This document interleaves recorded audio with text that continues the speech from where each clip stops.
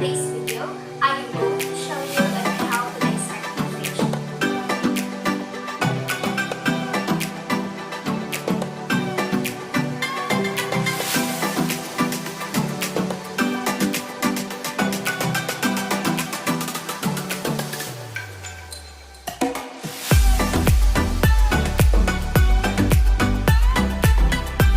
These are the external parts of a fish. So this is the mouth, the nares or nostrils, the eyes, the gill cover or the operculum, the spiny dorsal fin, the soft dorsal fin, the caudal fin or what we call the tail, and the pentacle, this one. This is the lateral line, the anal fin, the vent is the vent, and then the scales and the pectoral fin, this one, the pectoral fin, and the pelvic fin.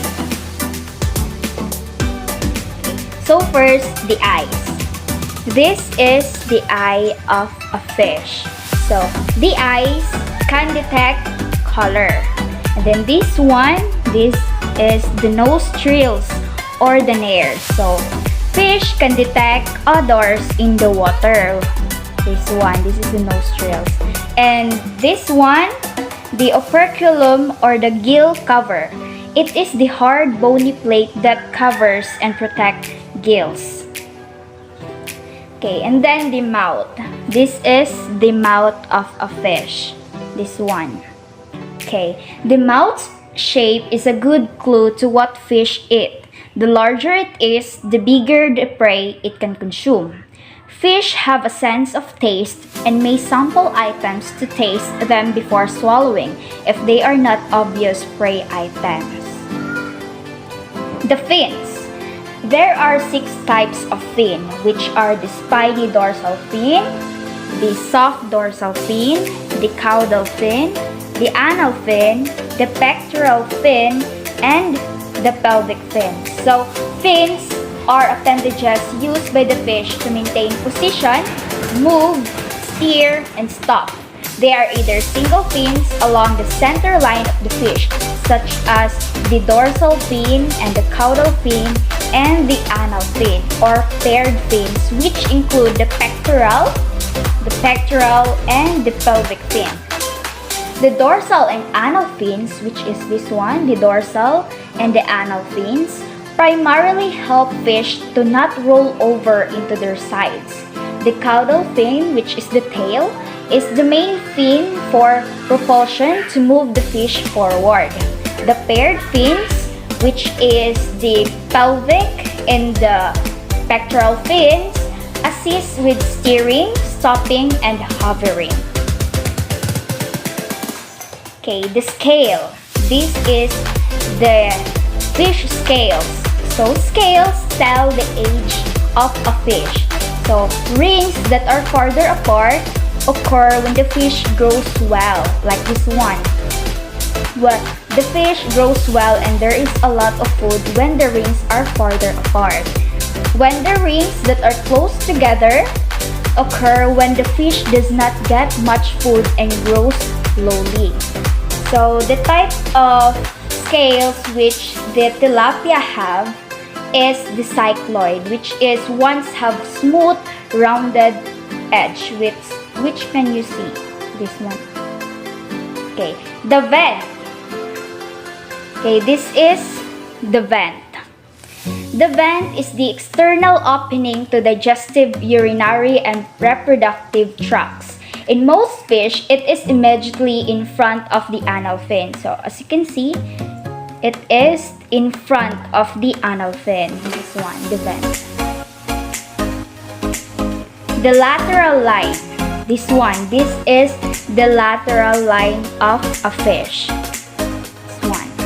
So, the lateral line is a sensory organ consists of fluid-filled sacs with hairy-like sensory apparatus that are open to the water through a series of pores, creating a line along the side of the fish, and the lateral line primarily senses water currents and pressure and movement in the water.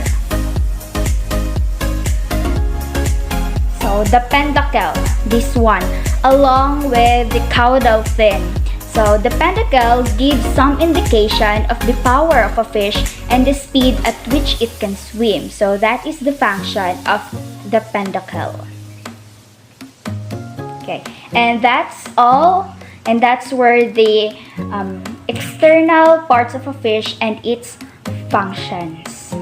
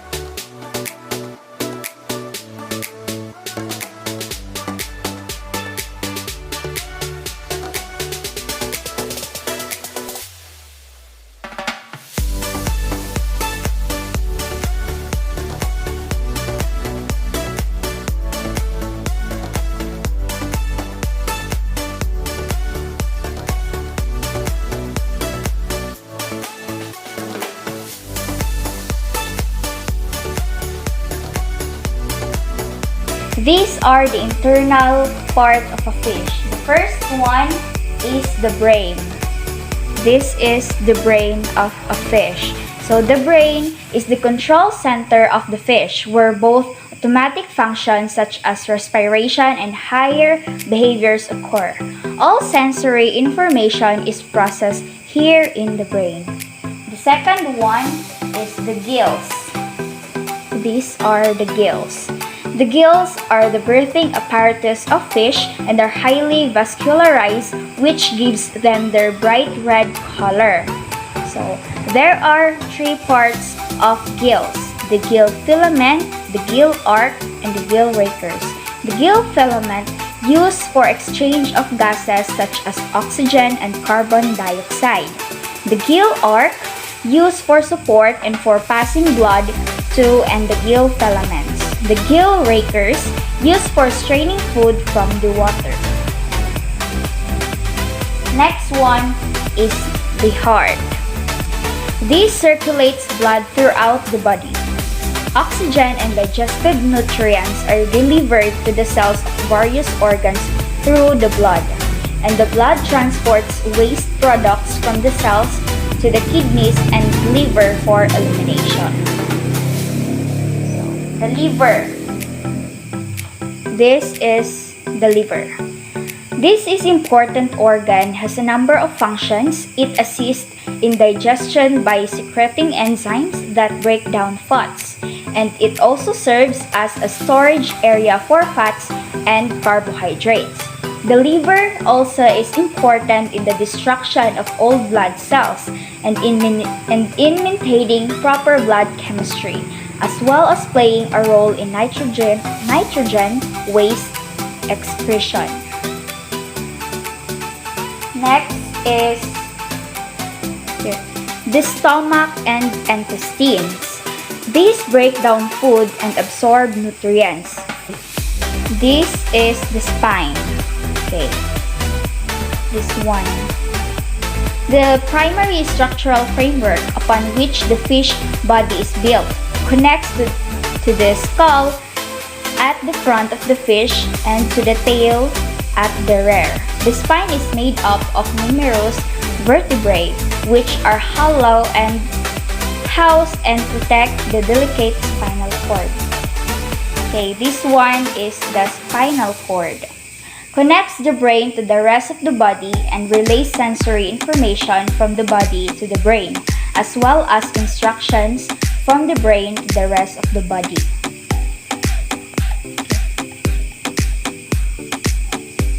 The next one is the pyloric ceca. This organ with finger-like projections is located near the junction of the stomach and the intestines. Its function is not entirely understood, but it is known to secrete enzymes that aid in digestion, may function to absorb digested food, or do both. Next is the muscle. This is what we call the muscle. Okay. Muscles provide movement and locomotion. This is the part of the fish that is usually eaten and composes the fillet to the fish. Okay. The next one is the kidney. This filters liquid waste materials from the blood, and these wastes are then passed out of the body. The kidney is also extremely important in regulating water and salt concentrations within the fish body, allowing certain fish species to exist in freshwater or salt water, and in some cases both, such as snook and tarpon. And the next one is the swim or air bladder. This hollow gas-filled balance organ allows a fish to conserve energy by maintaining neutral buoyancy in water. Fish caught from very deep water sometimes need to have air released from their swim bladder before they can be released and returned to deep water, because of the difference in atmospheric pressure at the water's surface. And the last one is the gonads, or reproductive organ. In adult female bass, the bright orange mass of eggs is unmistakable during the spawning season, but is still usually identifiable at other times of the year. The male organs which produce milk for fertilizing the eggs are much smaller and white, but found in the same general location. The eggs or roe of certain fish are considered a delicacy, as in the case of caviar from sturgeon. And that's all the internal part of a fish.